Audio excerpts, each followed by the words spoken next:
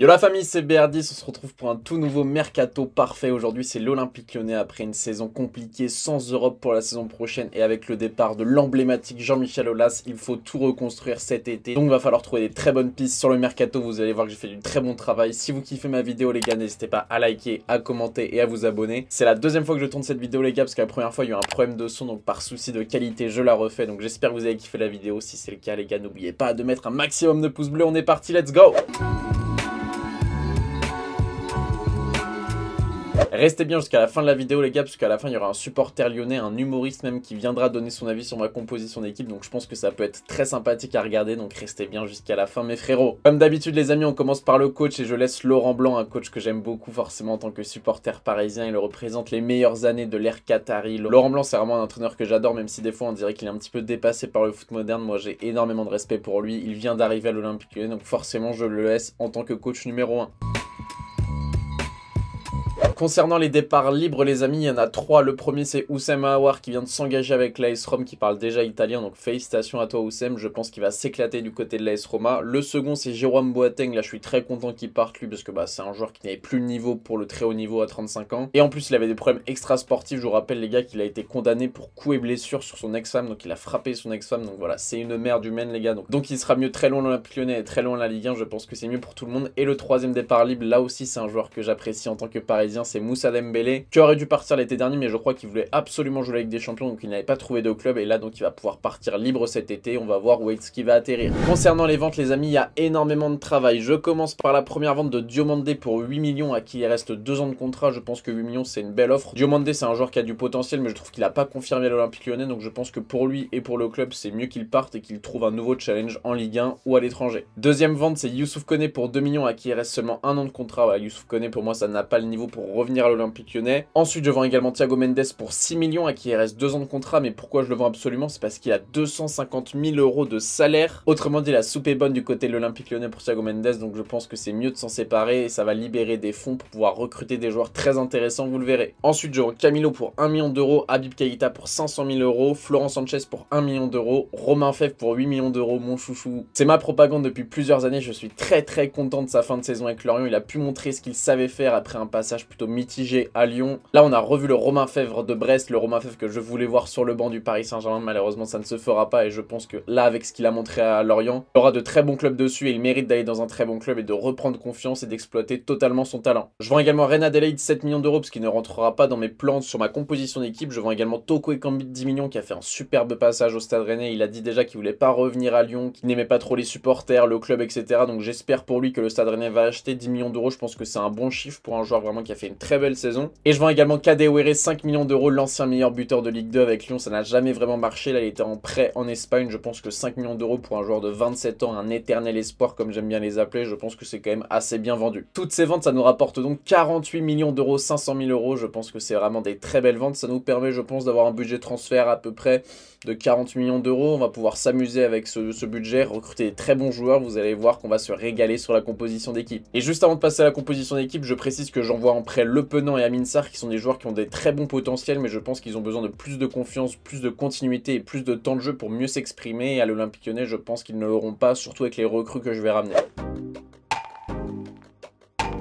On commence par les gardiens de but les amis, forcément je garde Anthony Lopez au cage, il représente vraiment l'institution lyonnaise, un jeune du centre de formation qui a gravi toutes les étapes jusqu'au brassard de capitaine. C'est vraiment un excellent gardien de Ligue 1, surtout sur sa ligne en termes de réflexe, il est vraiment très acrobatique, très impressionnant. Son plus gros défaut pour moi c'est son jeu au pied, il doit progresser année après année dessus, et sur ses sorties aussi qui sont un petit peu parfois catastrophiques. Mais ça reste un très bon gardien de Ligue 1, donc forcément je le garde en tant que titulaire, et pour tout ce qu'il représente dans le vestiaire et dans le club, je trouve ça très intéressant de le garder. Et en doublure là aussi pas de changement, je garde l'ancien Nantais Rémi Rioux, un gardien que j'apprécie énormément, et je pense qu'en doublure il peut continuer à donner toute son expérience à Anthony Lopez, et je pense que c'est quand même une doublure de qualité en cas de blessure de Lopez. Côté gauche là aussi pas de changement, je garde Tagliafico qui est un joueur qui m'a vraiment impressionné cette saison, je ne l'attendais pas à ce niveau là mais il est vraiment excellent, et en doublure Enrique aussi, je pense que ça fait largement le travail. Dans l'axe là j'ai énormément hésité puisque Loukeba va être énormément courtisé cet été, c'est le joueur de l'Olympique Lyonnais avec la plus grosse valeur transfert, je pense que pour 50 millions d'euros Lyon peut le vendre, mais j'ai décidé de le garder une saison de plus, faut pas qu'il grille les étapes trop rapidement. Je pense que la saison de la confirmation, elle doit arriver du côté de l'Olympique Lyonnais. Et de toute façon, Lyon ne trouvera pas mieux en termes de défenseur central. Donc je pense que c'est mieux qu'il reste une saison de plus avant de s'envoler. Pourquoi pas du côté de la Première Ligue, par exemple. À côté, je garde l'expérimenté Lovren, un joueur que j'adore, très hargneux le croate, très expérimenté, très vicelard. Ça complète très bien la jeunesse de Loukeba. Pour moi, ça forme vraiment une charnière centrale très intéressante et très complémentaire. Concernant les doublures, je garde Sarr et Ndiaye et je vais chercher une nouvelle recrue. Et oui les amis, je vais chercher Caleb Okoli de l'Atalanta pour le rôle de 3e défenseur central. Caleb Okoli, c'est donc un défenseur central italien né le 13 juillet 2021 qui fait 1m91 et qui est en sélection internationale italienne des U21. Je le ramène avec un prêt avec une option d'achat obligatoire en cas de top 3 de l'Olympique Lyonnais, donc en cas de qualification à la prochaine Ligue des Champions, parce que ça va être ça l'objectif principal de la saison prochaine des Lyonnais. Option d'achat obligatoire à 10 millions, je pense que c'est largement suffisant pour que l'Atalanta le cède à l'Olympique Lyonnais. Quand on regarde ses statistiques les amis, vous voyez que c'est vraiment très bon défensivement, que ce soit les duels aériens, il gagne plus de 4 par match, c'est meilleur que 98% des défenseurs centraux du top 5 européen. Pareil pour les interceptions, 2,82 interceptions par match, il est dans le top 1% des défenseurs centraux en Europe. Quand on regarde sitemap les amis, on s'aperçoit que c'est un défenseur central plutôt sur le côté droit, donc c'est très bien pour potentiellement prendre la place de Lovren et jouer à côté de Loukeba. Je pense qu'il peut arriver à l'Olympique Lyonnais en tant que 3e défenseur central et peu à peu prendre la place de Lovren et Loukeba avec lui à côté. Je pense que c'est vraiment une charnière centrale très complémentaire qui serait très stylé à voir jouer en Ligue 1. Sur le côté droit, je pense que c'est un petit peu trop tôt pour donner la place de titulaire à Koumbedi, même si cette année, lorsqu'il a joué, il était excellent, notamment avec les blessures de Malo Gusto. Là, Malo Gusto part, donc Koumbedi va être la doublure. Et j'ai décidé d'acheter le latéral droit du Torino, Stéphane Singo. Je l'achète pour 15 millions d'euros, je pense que c'est largement suffisant pour que le Torino accepte de le vendre. Stéphane Singo, c'est donc un défenseur droit né le 25 décembre 2000 pour Noël. Il fait 1m90, il est international ivoirien. Cette saison, il a fait 31 matchs de Serie A pour 2 buts et 3 passes décisives. C'est un latéral un petit peu à l'ancienne puisqu'il est très grand, il gagne énormément de ballons aériens, mais vous allez voir qu'il marque aussi des buts. Je vous l'avais dit, ses stats offensives, les stats tout en haut sont plutôt bonnes. Vous voyez qu'il y a du vert, que ce soit les tirs, il fait plus d'un tir, 49 par match, c'est meilleur que 96% des latéraux droits d'Europe. La stat qui est intéressante, comme je vous l'ai dit, c'est les duels aériens. Il gagne plus de 2,33 duels aériens par match, ce qui est meilleur que 98% des latéraux droits en Europe. Je vous l'ai dit, il est très grand, il fait plus d'1m90, donc ce n'est pas étonnant. Quand on regarde sa hitmap, les amis, je vous ai pas menti, c'est un vrai latéral droit qui colle la ligne, mais vous voyez aussi qu'il est présent dans la surface adverse. Comment ça s'explique? C'est parce qu'il monte souvent sur les coups de pied arrêtés, corner et coups francs. Et vu qu'il est très grand, c'est pour cette raison que de temps en temps, il se permet de marquer. Et ça, c'est très intéressant, ça rajoute une arme offensive aussi à l'Olympique Lyonnais. C'est tout pour la défense, les amis, j'espère que je vous ai convaincu. On passe au milieu de terrain.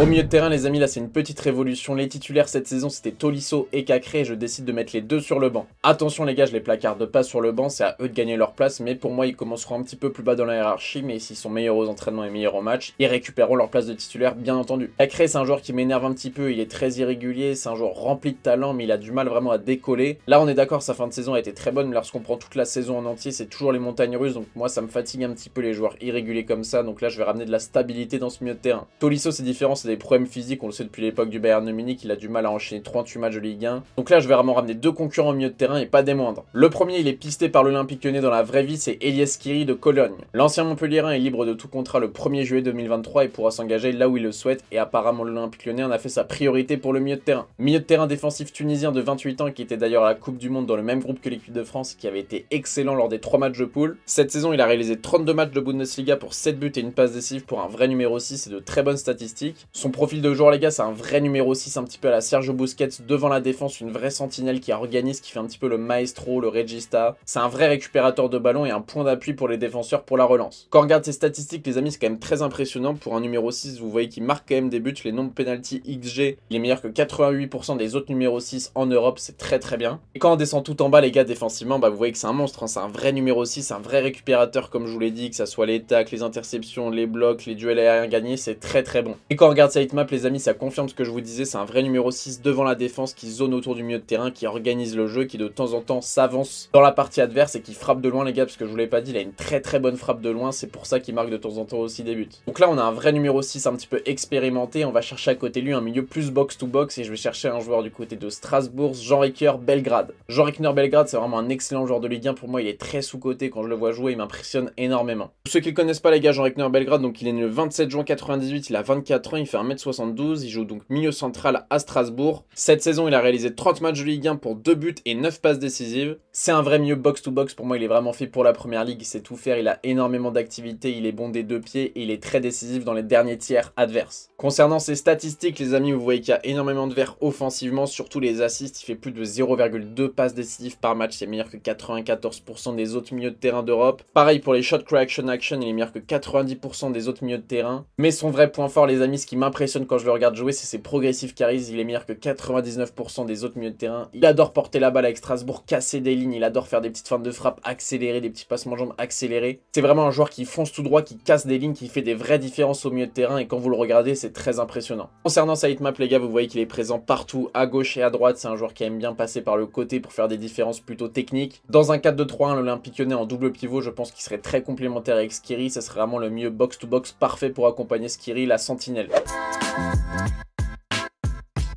On commence par le numéro 10, la famille, et je garde la pépite du centre de formation, Ryan Cherki. Je suis pas forcément le plus grand fan du jeu de Ryan Cherki, pour moi c'est un petit peu un joueur de futsal comme Wissam Ben Yedder, c'est des joueurs qui sont très bons dans les petits espaces, dans la surface de réparation. Par contre dans les grands espaces, pour accélérer le jeu, etc., ils ont un petit peu plus de mal, donc voilà, ce poste de numéro 10, c'est le poste qui lui convient le mieux, je pense. Apparemment il est pisté par des grandes écuries européennes, mais je pense qu'il va rester à l'Olympique Lyonnais au moins pour une saison de plus. En doublure là aussi, je prends une pépite du centre de formation, El Arouche, qui peut jouer un petit peu plus bas sur le terrain, il peut jouer 8 et numéro 10, c'est intéressant d'avoir des joueurs qui sont polyvalents, tout comme Ryan Cherki peut aussi jouer sur un côté de temps en temps. El Arouche, je vais pas mentir, je le connais pas très bien, mais tous les supporters lyonnais parlent de lui comme si c'était le Messi, donc je pense que tous les supporters lyonnais veulent qu'il ait plus de temps de jeu la saison prochaine, donc je pense qu'ils ont raison, il mérite d'être intégré dans la rotation et pourquoi pas montrer ce qu'il sait faire en Ligue 1. Côté droit, là aussi une pépite du centre de formation que j'ai adoré cette saison, c'est Barcola, il m'a impressionné par ses passements en jambes, ses frappes, ses passes décisives, il a fait énormément de différence sur son côté droit, sachant qu'il peut aussi jouer sur le côté gauche, c'est un joueur que j'adore, il n'y a aucun débat, pour moi il est titulaire. Après attention les gars, je tiens à préciser que pour ces 3 postes, j'ai pris 4 joueurs de très grande qualité pour qu'il y ait une concurrence qui se tire vers le haut, des joueurs qui peuvent jouer à gauche, en 10, à droite et en 10 pour qu'il y ait une vraie polyvalence et qu'on puisse un petit peu mixer les différentes compositions.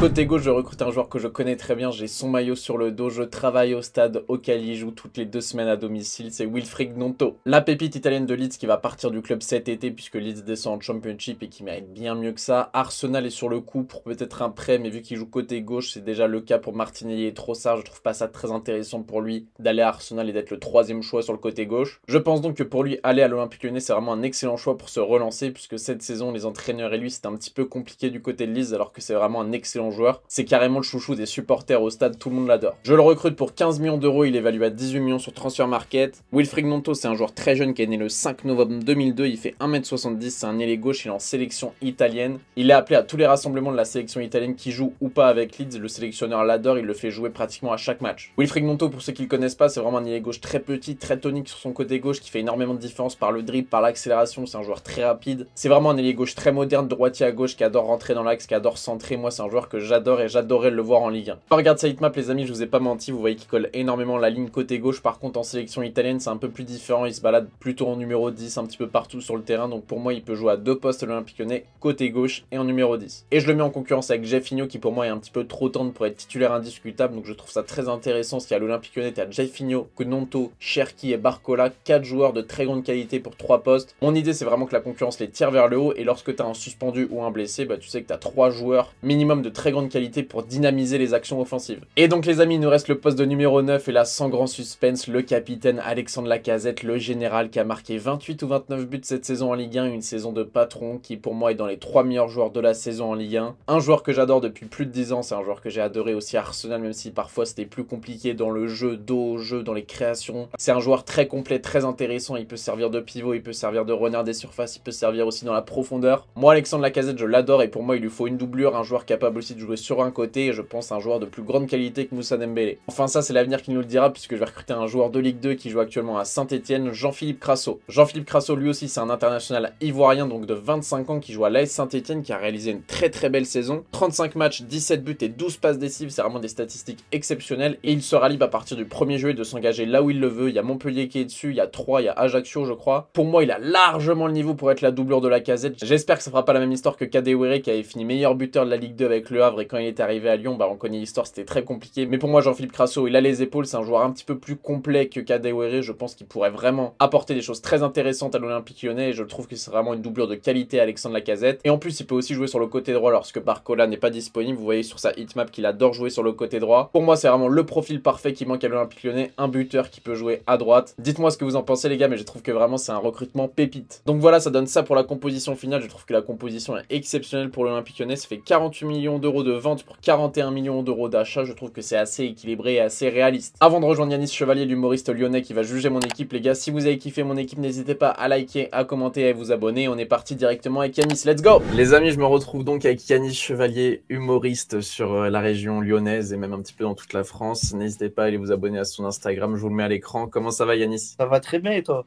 Très très bien, ça fait plaisir de recevoir un supporter lyonnais, t'es le premier de l'histoire sur la chaîne, donc voilà, c'est un honneur. Je vais te présenter mon mercato parfait, je vais t'expliquer un petit peu mes choix et tu vas me dire ce que t'en penses directement. On est donc parti en coach, on garde Laurent Blanc, on est d'accord là-dessus? Moi je suis d'accord. Alors en gardien, Lopez, Ryu, Tagliafico, Loukeba, Lovren, même si Loukeba, je pense que ça va être dur de le garder, je garde Loukeba malheureusement, même s'il y aura des offres peut-être à 50 millions. Côté droit, Singo, c'est une recrue que je ramène de Serie A, du coup c'est un latéral droit qui vient du Torino, qui est grand, fort physiquement, et je pense que c'est un petit peu trop tôt pour Koumbedi pour être titulaire. Je sais pas ce que t'en penses. Je suis tout à fait d'accord avec toi. Bah, ça fait plaisir, tu vois. Les gars, je suis approuvé par un supporter lyonnais. Et en défenseur central sur le banc, du coup, je prends un autre joueur de Serie A de l'Atalanta, qui est Okoli, jeune, qui est né en 2001, si je dis pas de bêtises. Et donc, voilà, pour un défenseur de complément qui va venir concurrencer Loukeba et Lovren. Je pense qu'il faut quand même un troisième défenseur pour la concurrence. Après, je pense que ça va être dur de ramener quelqu'un vu qu'on n'aura pas de Coupe d'Europe ou quoi l'année prochaine. Mais ouais. Et puis, il y a le départ de Jérôme Boateng, tu vois. Je me dis, ça libère un peu de masse salariale. Pas une grande perte, mais ouais. Pas très grande perte, je suis d'accord. Le passage est catastrophique. J'en ai parlé dans ma vidéo, tu verras ça. Mais en plus, c'est problème extra-sportif en plus du sportif. Il n'y a rien qui va. Au milieu de terrain, là, c'est un petit peu une révolution, on va dire, puisque Cacré et Tolisso, je les mets directement en concurrence. Franchement, Cacré, moi je l'aime beaucoup, mais c'est énervant. Là, sur la fin de saison, franchement, il m'a régalé, mais sur toute la saison, vraiment, ouais, c'est plus possible. Elias Kiri, je sais pas si tu as suivi, mais Lyon est dessus. Joueur de Cologne, ancien Montpellierin, qui a été notamment très bon à la Coupe du Monde avec la Tunisie. Non, Skiri, c'est un joueur, ça fait longtemps, il est pisté en plus. Et vraiment, c'est clairement le type de joueur qu'on a besoin au milieu. Belle frappe de loin. Et à côté, Belgrade de Strasbourg, que j'aime beaucoup, qui a un milieu box-to-box, bien plus offensif que Skiri, mais que je trouve ça très intéressant. En termes de complémentarité Belgrade-Skiri, je trouve que ça a de la gueule. Moi, ça me choque pas de voir Cacré ou Tolisso sur le banc. Vu le rendement qu'ils ont, clairement, ça me choque pas. Ça fait plaisir. Pour l'instant, c'est un sans faute, les gars. Pour l'instant, c'est un sans faute. J'avais peur que tu m'allumes, là, le supporter lyonnais. Pour l'instant, c'est carré. Tout va bien. On termine du coup sur l'attaque. Donc, je mets Cherki en 10 avec El Arouche, la pépite du centre de formation. C'est un joueur qui est moins fantaisiste. T'as vu, il va moins dribbler, il va moins faire rêver, on va dire. Mais ouais. Moi, c'est un joueur plus propre, plus simple. Vraiment, moi, j'aime beaucoup Mohamed El Arouche. Mais je le préfère en milieu relayeur, tu vois, un cran plus bas. Ok. Ouais, c'est ce que j'ai dit aussi dans ma vidéo. J'ai dit qu'il pouvait jouer plus bas aussi. Côté droit, Barcola, que j'ai adoré cette saison. La révélation de la saison pour moi. Bah, moi, Barcola, j'aime beaucoup. Mais après, en termes de talent, je pense pas que c'est un joueur qui pourrait aller vraiment très haut. Ok. Mais en termes de rendement, en termes de vraiment, moi, j'ai rien à lui reprocher. Vraiment, il y va, il mouille le maillot. Il donne tout ce qu'il a donné. Côté gauche, Jeffinho que je mets en concurrence. En fait, là, si tu veux, pour t'expliquer, là, il y avait 3 postes donc, de milieu offensif. Je mets 4 joueurs pour 3 postes. Donc, Gnonto, Cherki, Barcola et Jeffinho. Tu penses que Jeffinho, il mérite d'être titulaire ou pas, toi? Non? Je pense que c'est un joueur avec beaucoup de talent. Je pense il a encore rien montré. Et clairement, ça serait trop léger de partir avec lui cette saison. Je suis d'accord qu'il faut un joueur à ce poste-là. Je suis pas sûr que quitter Leeds pour venir à Lyon, pour lui, ça soit vraiment... Bah, Leeds est descendu en Championship. Ouais, mais bon, est-ce qu'il aura pas mieux des meilleures propositions que Lyon? Ah bah il y a Arsenal qui est dessus pour un prêt, mais tu vois, il joue côté gauche, t'as déjà Martinelli et Trossard, donc s'il vient Arsenal, il va vraiment cirer le banc. Numéro 9, forcément, le général Alexandre Lacazette, là, il n'y a pas de débat. Là, tu vois pas très bien parce qu'on est un peu loin, mais c'est, je prends Jean-Philippe Crosso de Saint-Etienne. Je pense que ça peut vraiment être un bon attaquant de complément. Mais le petit point noir, c'est que j'ai peur que ça fasse une Kadewere, tu vois, qui vient de Ligue 2 et qui arrive à Lyon, et ça devient compliqué. Non, moi après, on en avait déjà parlé auparavant. Moi, un joueur de Ligue 2 vraiment que j'aurais bien aimé Au poste de numéro 9, c'est celui de Metz, Mikotadze. Ouais, le Géorgien, ouais. Plus c'est un Lyonnais de base. Je pense qu'il a vraiment, comme Barcola, il a ce truc-là de l'amour du maillot qui fait que moi je pense que ça aurait été vraiment une bonne opération d'aller le chercher. Bah, la différence, c'est que Metz, il monte en Ligue 1, tu vois, alors que là, Saint-Etienne sont en Ligue 2, donc forcément, c'est pas le même coup. Donc là, quand tu vois la composition complète comme ça, est-ce que je peux me permettre de te demander une petite note sur 10 ou sur 20? Franchement, je mets un bon 17 sur 20. Oh, les gars, Franchement, parce que exceptionnel. pour moi, tu as clairement répondu à tous les besoins. Après, moi, moi c'est le poste d'arrière gauche qui me pose souci. Parce que Ok. Tagliafico, je suis pas sûr qu'on va le garder. Si vous avez kiffé, comme Yanis, le mercato de l'Olympique Lyonnais, n'hésitez pas à liker, les amis. N'hésitez pas à aller voir ce que fait Yanis Chevalier sur les réseaux sociaux et aller le voir directement si vous êtes dans la région lyonnaise. Vous pouvez aller le voir sur scène. Toutes les informations sont en description, les amis. N'hésitez pas à vous abonner à la chaîne. Merci beaucoup, Yanis, d'être venu. C'est un Merci régal. à toi, BR, ça fait plaisir d'être invité. Bah, c'est un plaisir. Ça faisait longtemps qu'on voulait faire cette vidéo. Donc voilà, la saison est terminée. On a enfin pu la faire. Les gars, c'était BR10 et Yanis. On se retrouve très bientôt pour une nouvelle vidéo. Bonne matinée, bonne journée, bonne soirée, bonne nuit. Allez, Peace. à plus.